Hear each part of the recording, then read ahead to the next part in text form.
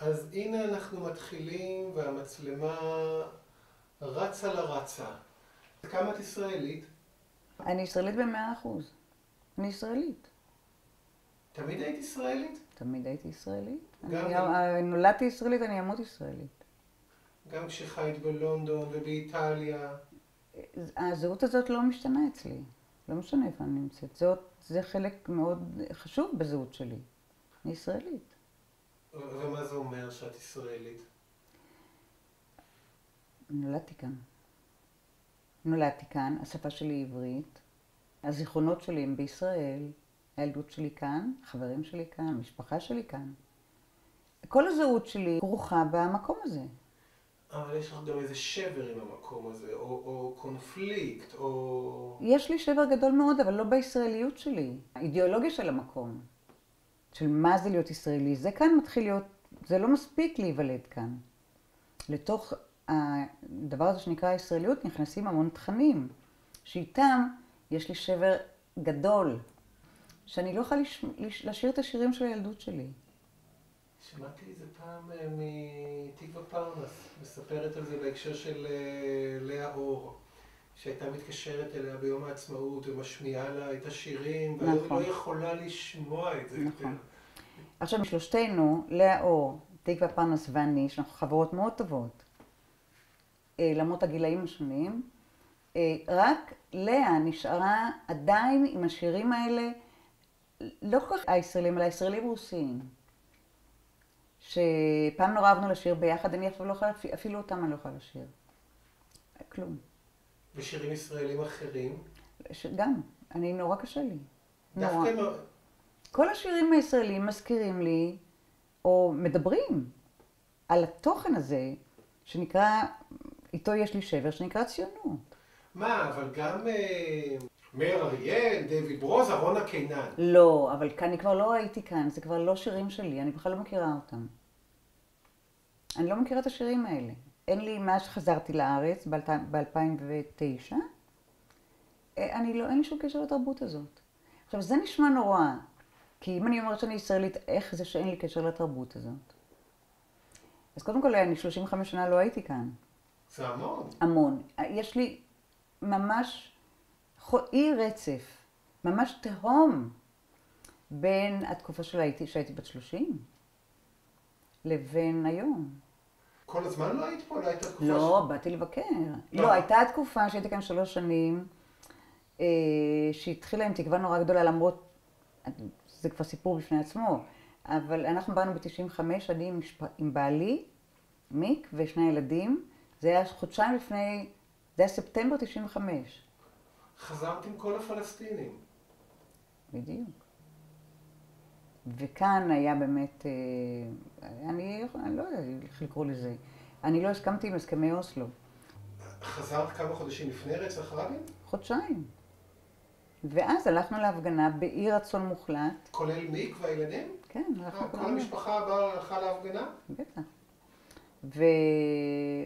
וקרה מה שקרה. לא שאני חושבת שהיה קורה כאן מי יודע מה, אבל היה כאן איזושהי התחלה של איזושהי תקווה, שיכול להיות שזה מתפוצץ לנו בפנים, אבל בצורה אחרת. מה זה מצפן בשבילך? מצפן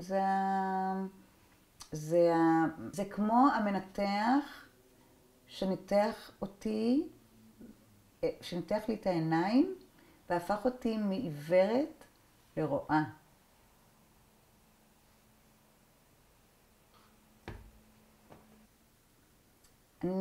מצפן פתח לי את העיניים.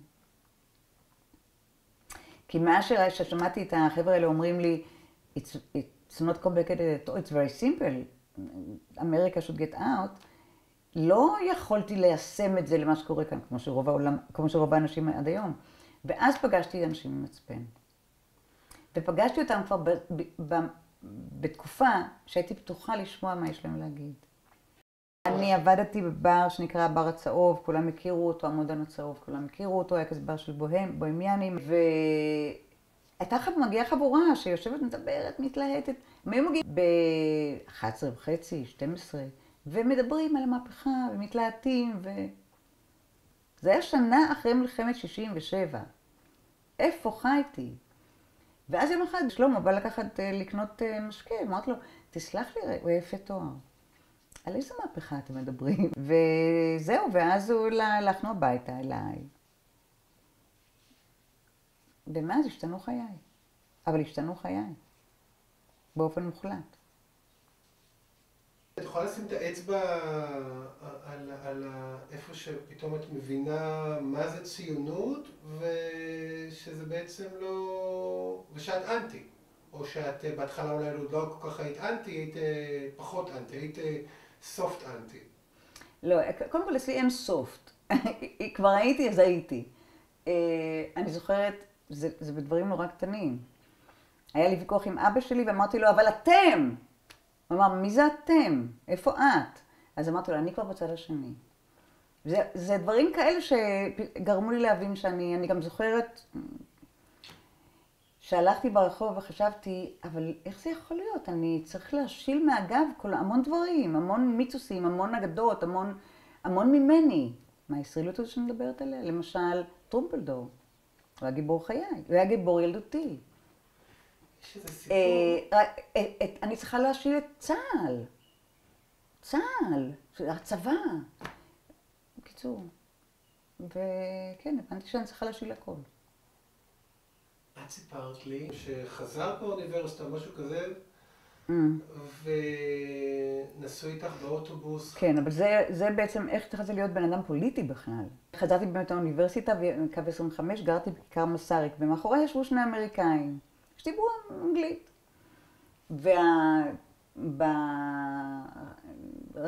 הרדיו היה פתוח, כרגיל, הרי כל ישראל צריכים לשמוע חדשות כל שעה, ומה, דיברו משהו על וייטנאם. אז לא יודעת איך יצא שהסתובבתי על השניים האלה. אני לא יודעת כלום, לא היה לי מושג מה זה וייטנאם, כלום. ממש חסרת השכלה פוליטית, לא, אי אפשר להגיד כמה. ממש בושה. אבל היה לי לא נעים, אז אמרתי להם, It's very complicated, this story. אז הם אמרו לי, what is so complicated? We should get out of Vietnam. אז חשבתי לעצמי, יאללה, שני האמריקאים האלה, מה? איך הם אומרים דבר כזה? זה היה הרגע, בעיניי, עד היום, בדיעבד אולי, שזה היה הרגע שבו אמרתי, רגע, לא, זאת אומרת, יש דברים שאני, קודם כל אני צריכה להבין מה קורה. והם גם הסבירו לי למה. אני לא הבנתי כלום. הבנתי שאמריקה צריכה לצאת מווייטנאם. למה? איך הם נכנסו? מי היה? מה מו? כלום, שום דבר. אבל התחלתי להתעניין במה שקורה בעולם. עדיין לא מה שקורה בישראל. אבל תמיד כשמתחילים איתי עם it's very complicated, אני נזכרת בהם ואני אומרת, what's so complicated about it? We should get out of it. ומה את עושה פה עכשיו? איך את חיה פה עכשיו? כשאני הולכת בשדרה ואני רואה את האנשים הנחמדים האלה, אני ישר חושבת, איפה אתם? איך אתם חיים בשלום עם מה שקורה כאן? מלצר מגיש לי מלצרים נחמדים, באמת הם נחמדים, הצעירים הישראלים נחמדים. אבל אני כל הזמן שואלת, למה? למה אתם לא עושים כלום? אז איך את שורדת את זה? איך את, חוץ מהמחשבות האלה, מה את מסבירה לעצמך, או מה את עושה, או איך שורדים את זה? אז אני יודעת שזה יהיה שקר להגיד שאני כאן בשביל לעשות משהו, כי אני יודעת שאין לי מה לעשות. אני כאן מסיבות אחרות. אבל תוך שאני כאן, גם אין לי מה לעשות פוליטית. אני לא עושה שום דבר פוליטי, זאת אומרת, עבודה פוליטית בעד המאבק. זאת אומרת, אני לא בתוך המאבק הזה, כי אין מאבק. אבל אם אני עושה משהו, אני הולכת להפגנות, אני עושה מה שאני יכולה. אני עושה את זה בשביל למחות. אני לא עושה, תמיד אנשים שואלים, מה ייתן לך זה נותן לי אישית משהו. זה לא עוזר לשום מאבק, כי אין כאן מאבק. זה הבושה הגדולה של השמאל, שאין כאן מאבק. היה פה מאבק? תגידי, יש לך היסטוריה להסתכל אחורה? לא, לא היה. היה... לפני שעזבת, איזה שנה עזבת ללונדון? ב-74. והתחלת להיות פעילה ב-68, 9? 9. 9. אז ב5 שנים שאת פה היה מאבק? לא, הייתה הרגשה. כי הייתי עוד צעירה, וחשבנו שיכולים לקרות דברים. אבל היום אני מסתכלת על זה בדיעבד. זה שהיום אני הולכת לאותן הפגנות, אותן הפגנות עם אותן סיסמאות, שהלכתי לפני 40 שנה. ואותה כמות של אנשים גם. ואותה כמות של לא, יש אולי טיפה יותר. היום טיפה יותר? לא, אתה יודע מה? אותו דבר. אותו דבר. זה ממש נורא. ואותם אנשים. אני הולכת להפגנות, כששואלים אותי למה אני הולכת להפגנות, למה אני הולכת לבילעין, אז יש לי... דבר ראשון זה בגלל שכשישראל יום אחד תגיע לבית דין, אני אוכל להגיד שהייתי כאן. אני לא הייתי שם, אני הייתי כאן בהפגנה. אני התנגדתי. כן, אני לא הייתי שם, אני לא הייתי שותפה. כן, אני הייתי פה. דבר שני, זה תמיד אני נזכרת בדבר שנועם שיזה כתב פעם בטיים אאוט או בארץ, לא זוכרת מה, זה כשהוא מגיע לבילעין והוא רואה אותנו עומדים שם, הוא תמיד נזכר בקומץ האומלל הזה של אנשים, לבנים, שעמדו ליד השחורים במאבק שלהם למען זכויות. חלק גדול מהם היו יהודים במקרה. לא במקרה, בעצם. ממש לא במקרה. ואנחנו, האלה שהולכים לבילעין, מזכירים לו את הקומץ הזה. לי יש את התחושה, המון פעמים הייתי אומרת לעצמי, אני לא הולכת יותר, אני לא יכולה לעשות את ההפגנה הזו, זה הגז הזה, לא יכולה. ואז אני קמה בבוקר ונזכרת בנועם שיזף. והוא אומרת, את הולכת. או בחברון, או בזה, את הולכת. כי את לא יכולה לא ללכת. והדבר הכי חשוב, it's the right thing to do. תגידי, ולמרות שאין מאבק, יש תקווה איפשהו? לא לי, אני כנראה לא מהפכנית אמיתית. כי מהפכן אמיתי חייב שתהיה לו תקווה. ואני אף פעם לא אשכח. באחת ההפגנות שלנו לפני המון, בתקופה ההיא, שנות ה-70, הייתה איזו הפגנה, וזה היה ערב, 6 בערב, מול הכנסת, ואבא של שלמה היה שם, אבא של שלמה זנד, קומוניסט. ואמרתי לו, תראה כמה מעט אנחנו, וזה עדיין אנחנו... אז הוא אמר לי, מה את מדברת? אנחנו ניצחנו עכשיו באנגולה? על מה את מדברת? תמיד יש תקווה. בגלל זה אני אומרת לך, אני פסימיסטית, אני לא רואה, כנראה שיש, אבל אני לא יודעת, אין לי בשביל I can't visualize it. אני לא יכולה לראות את זה. תגידי, אז למה את לא, הילדים שלך חיים באיטליה, אז למה את לא מהגרת איטליה? אני אחזור לאיטליה. אז אני אגיד לך, גם די נעים לי כאן. למרות שאני פשוט... שלא ישמעו, תגידי יותר בשקט. די נעים לי כאן. אני באמת לא אוהבת את המדינה הזאת. אפילו פעם הייתי אומרת שאני פטריוטית, שאני אוהבת את המולדת הזאת, את הארץ, המולדת שלי, את הארץ הזאת. אבל היום אני אפילו לא זה לא, זה כל כך, אתה יודע, יש בזה, זה כבר, זה מורעל, הכל, אפילו הצבע של השמיים. באמת, הכל מורעל, זה נורא בעיניי.